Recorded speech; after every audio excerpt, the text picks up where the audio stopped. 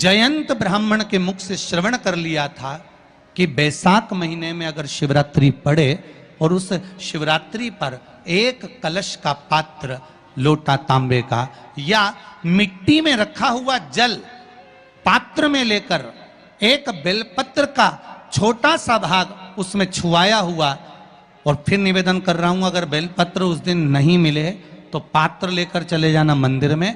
मंदिर में शंकर जी पे तो बेलपत्र चढ़ी होगी ना, अरे बोलो तो जरा, चढ़ी होगी ना। उसी बेलपत्र को धोकर फिर जल के पात्र में उसको छुआकर फिर शंकर भगवान को भाव से, दिल से जो चाहते हो, धन वैभव संपदा सत्ता या रोग से मुक्ति, चाहे उदर से जुड़ी हो। हाँ, एक चीज का ध्यान करना, अगर संपदा के लिए, विवाह के लिए या विद्या के लिए या अन्य चीजों के लिए आप शिव जी को जल चढ़ा रहे हो तो उसके जल को उठाकर नहीं लाना है। और अगर रोग के लिए जल चढ़ा रहे हो कि मुझे ये तकलीफ है, घर में ये बीमारी चल रही है या रोग चल रहा है या किडनी का या लीवर का या कैंसर का या ब्लड प्रेशर का, तो जो जल तुमने समर्पित करा उसको लेकर आकर आचमन भी करना। कौन से दिन? जम के बोलो जरा। शिवरात्रि शंकर कह रहे हैं, माँ उमा से, माँ पार्वती से मेरा महेश कह रहा है, मेरा बाबा भोलेनाथ, मेरा बाबा विश्वनाथ, मेरा त्रिकालदर्शी कैलाशी अविनाशी कह रहा है कि हे पार्वती,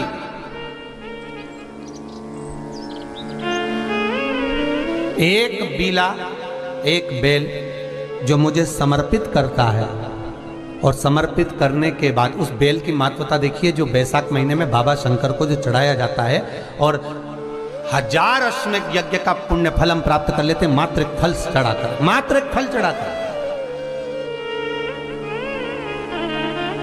हे पार्वती, संसार का मनुष्य जब मुझे वो बेलपत्र समर्पित कर, वो बेल का फल समर्पित करता है, पार्वती वो फल जो मुझे चढ़ता है, फिर मैं भले नर्मदा के जल से निकला हुआ कंकर शंकर क्यों ना हूं, फिर चाहे मैं गंगा के जल से निकला हुआ कंकर शंकर क्यों ना हूं, चाहे फिर मैं यमुना के जल से निकला हुआ कंकर शंकर क्यों ना हूं, चाहे मैं सरयू के जल से निकला हुआ कंकर शंकर क्यों ना हूं, चाहे मंदाकिनी के जल से निकला हुआ कंकर शंकर क्यों ना हूं, ए पार्वती, फिर जो भी शिवलिंग पर वो बेल समर्पित होता है वो बेल उठाकर जीव अपने कार्य में ले सकता है। ये माँ उमा से कह रहा है। तो उस बेल की महत्वता जानेंगे। अब अपन उस बेल को जानने के लिए वापिस स्कंद पुराण में चले तो स्कंद पुराण में लिखा हुआ है कि जो बेल बैसाख के महीने में शंकर को चढ़ाया जाता है वो बेल का फल उठाकर रख लिया जाता है। बैसाख के महीने में उस चढ़े हुए, बाकी के आपको बेल का फल खाना हो तो बात दूसरी, पर चढ़ा हुआ जो बेल का फल है वो पूरा बैसाख नहीं खाना। बैसाख के बाद में अगला जो महीना आए उस महीने के अंदर उस फल के अंदर का गुर्दा निकालकर उसको सुखा लीजिए, और सुखाकर जिस व्यक्ति को पथरी की बीमारी हो और जिस व्यक्ति को पेट में बहुत भोजन पचता ही नहीं है, पूरा शरीर पाचन क्रिया बेकार हो गई, उस व्यक्ति को केवल 7 दिन तक शंकर पर चढ़ा हुआ वो बेलपत्र प्रदान कर दीजिए। पथरी भी बाहर और पाचन क्रिया भी ठीक, जिंदगी भर तकलीफ नहीं। उस बैसाख में उस फल की इतनी महत्वता बाबा भोलेनाथ स्कंद पुराण, लिंग पुराण, नर्मदा पुराण, पद्म पुराण के अंतर्गत, शिव महापुराण के अंतर्गत वर्णन कर, उसकी महत्वता है। वो बेल का फल साधारण नहीं हो सकता। अब मंदार का जो पुष्प होता है, आंकड़े का जो फूल होता है, एक सफेद कलर का भी होता है और एक गुलाबी कलर का भी होता है। देखा है आप लोगों ने? बोलो, जम के बोलो, देखा है ना? गुलाबी कलर का जो पुष्प होता है वो, आप मंदार का, आंकड़े का जो गुलाबी कलर का पुष्प होता है, आप टीवी पे देख रहे होंगे, एक सफेद देख रहे होंगे, एक मंदार का गुलाबी फूल, नीला कलर का फूल देख रहे होंगे। जो नीला कलर का जो पुष्प होता है, गुलाबी कलर का जो आंकड़े का फूल होता है, प्रयास करना, जब किसी विषम परिस्थिति में फंस गए, विषम परिस्थिति, जब आपको लग रहा है कि मुझे बहुत भय लग रहा है, कुछ बुरा होने वाला, आपको लग रहा है आज मेरी उल्टी आंख बहुत फड़क रही है, कुछ गड़बड़ होने वाला है, आपको लग रहा है मेरी सीधी आंख फड़क रही, कुछ गड़बड़ होने वाला है, तब केवल वो नीला जो गुलाबी पुष्प है मंदार का, उसको कहीं से लाकर शिवालय में अशोक सुंदरी वाली जगह पर स्पर्श कर कर शिवलिंग पर आप चढ़ा दीजिए। आपकी विषम परिस्थिति कैसी भी होगी वो रास्ता बनाकर बाहर निकल जाएगी। आपको फंसना नहीं, परेशान नहीं। मंदार आकर सफेद आंकड़े का पुष्प भी भगवान शिव को समर्पित होकर, जैसे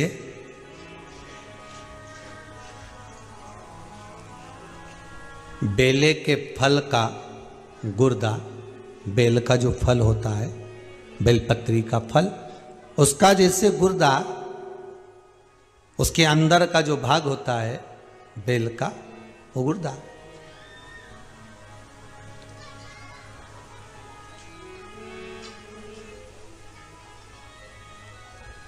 उसको अग्नि में जलाकर उसकी भस्म तैयार कर कर छान कर जब जब आपके यहां विद्वान ब्राह्मण शिव जी का अभिषेक कराते हैं, पूजन कराते हैं, तो उसमें लिखते हैं पूजन के साहित्य में बेलपत्री, धतूरा, दुर्वा, ये उसमें नीचे लिखेंगे भस्म। लिखते कि नहीं लिखते? लिखते हैं ना, भस्म अभिषेक में चाहिए रहती है। तब उस भस्म का थोड़ा सा भी भाग आप अगर शिव को समर्पित कर रहे हो तो ये जान लें कि शंकर मनवांछित फल प्रदान कर रहे हैं, शिव फल प्रदान कर रहे हैं।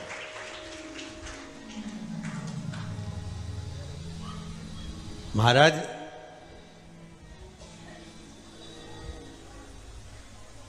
बेलपत्री के वृक्ष के नीचे बैठकर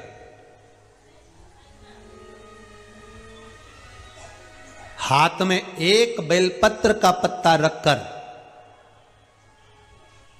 आप पंचाक्षर मंत्र नमः शिवाय, ओम नमः शिवाय या श्री शिवाय नमस्तुभ्यम या महामृत्युंजय मंत्र का स्मरण कर रहे हो, पर डंडी का भाग अपनी ओर, बेलपत्र की बीच वाली पत्ती का भाग बीच वाली उंगली की ओर रखकर अगर आप स्मरण कर रहे हैं और अपनी कामना कर कर बेलपत्री के वृक्ष के नीचे बैठकर उस पत्ते को सम्मुख रखकर बाबा से विनय कर कर एकांत में उस बेलपत्री के वृक्ष की छांव में, बेलपत्री के वृक्ष की छांव आप कामना कर कर उस पत्ते को शंकर भगवान के ऊपर समर्पित कर रहे हैं, तो ये जान कर रखें कि पार्वती और शिव का मिलन करवा रहे हैं और अपनी मनवांछित फल कामना पूर्ण करवा रहे हैं। क्योंकि शिव और पार्वती का जब मिलन होता है, शंकर पार्वती जब एक दूसरे के सम्मुख में होते हैं, शिव और पार्वती जब एक दूसरे के सामने अपने बच्चों के कारण एक दूसरे के सम्मुख में आते हैं, तो उनके चेहरे पर प्रसन्नता का भाव आ जाता है। फल, मनवांचित फल की कामना आप जिस कामना के लिए कर रहे हैं, विवाह के लिए, नौकरी के लिए, सर्विस के लिए, व्यापार के लिए, रोग मुक्ति के लिए, आप जिस कामना से कर रहे हैं, ईश्वर महादेव, जो व्यक्ति पथभ्रष्ट हो जाए, जैसे मदिरा के नशे में पड़ गया, कहीं जुए में पड़ गया, कहीं मांसाहार में पड़ गया, कहीं व्यसन में पड़ गया, कहीं गलत काम में अगर कोई जा रहा है, तो श्रम्भेश्वर महादेव के नाम से काली तिल भगवान शिव को समर्पित करी जाती है। महाराज काली तिल को वापस उठा कर ले आते हैं। उसी काली तिल को जो मदिरा का नशा करने वाला होता है या जो गलत व्यसन में डूबा हुआ होता है, उसको वो सुबह के समय अगर नहीं खाता तो भोजन के साथ उसको दिया जाए। श्रम्भेश्वर महादेव, एक बेलपत्री का भी बहुत अच्छा प्रयोग है श्रम्भेश्वर महादेव का, मदिरा पीने वालों के लिए, मांसाहार, व्यसन में, जुए में, वेश्यावृत्ति में, पर नारी में, गलत जगह पर जो डूबे रहते हैं उनके लिए। पहले की कथा में उसका वर्णन किया है बेलपत्री का। श्रम्भेश्वर महादेव, एक बार सब बोलेंगे, कौन से महादेव? श्रम्भेश्वर महादेव। फिर जम के बोल लो एक बार, श्रम्भेश्वर महादेव। जब हमारे घर में क्रोध बढ़ता है या कोई गलत कार्य में जाने लगता है, तो श्रंबेश्वर महादेव का हमें शरणागति लेना चाहिए, श्रंबेश्वर महादेव का पूजन करना चालू कर देना चाहिए। कई लोग कहते महाराज जी ये श्रंबेश्वर महादेव का मंदिर कहाँ मिलेगा, हम कहाँ पूजन करने जाए? कहीं नहीं जाना, तुम्हारे घर के पास में जो शंकर जी का मंदिर है वहीं जाओ, उसी देवालय में उसी मंदिर में जाओ, श्रंबेश्वर महादेव के नाम से जल चढ़ाना प्रारंभ करेंगे। वो जल जो गलत संगत में पड़ा हुआ है उसका आचमन कराना प्रारंभ करेंगे, अपने आप उसकी धीरे धीरे बुद्धि सुधरना प्रारंभ हो जाएगी। ऐसा श्रंबेश्वर महादेव का नाम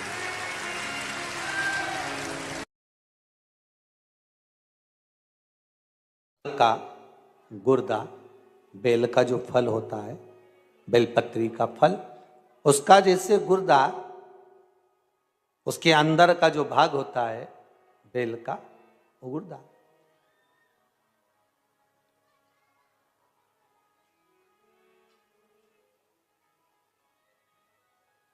उसको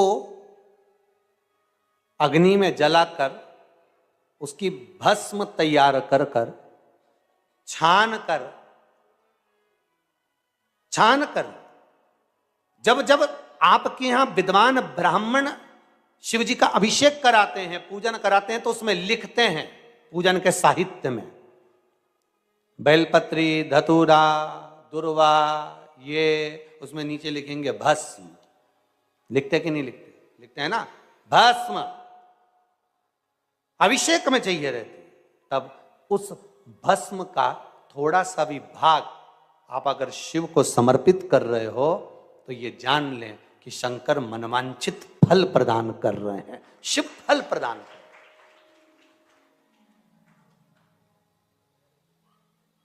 महाराज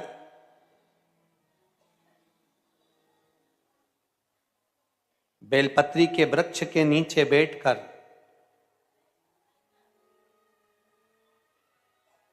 हाथ में एक बेलपत्र का पत्ता रखकर आप पंचाक्षर मंत्र नमः शिवाय, ओम नमः शिवाय या श्री शिवाय नमस्तुभ्यम या महामृत्युंजय मंत्र का स्मरण कर रहे हो, पर डंडी का भाग अपनी ओर, बेलपत्र की बीच वाली पत्ती का भाग बीच वाली उंगली की ओर रखकर अगर आप स्मरण कर रहे हैं और अपनी कामना कर कर बेलपत्री के वृक्ष के नीचे बैठकर उस पत्ते को सम्मुख रखकर बाबा से विनय कर कर एकांत में उस बेलपत्री के वृक्ष की छांव में,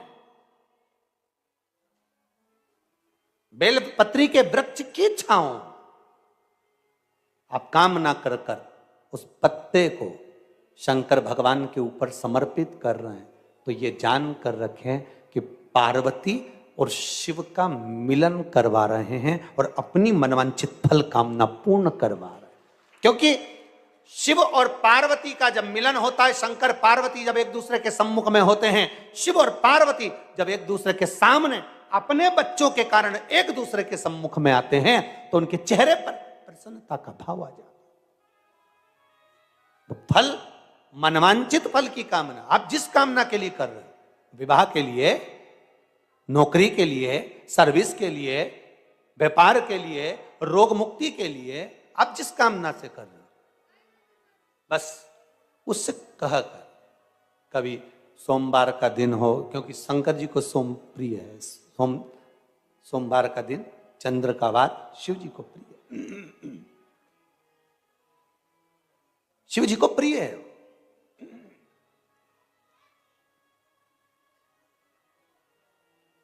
किसी ने पूछा गुरुजी शिव जी की प्रियता चंद्र में?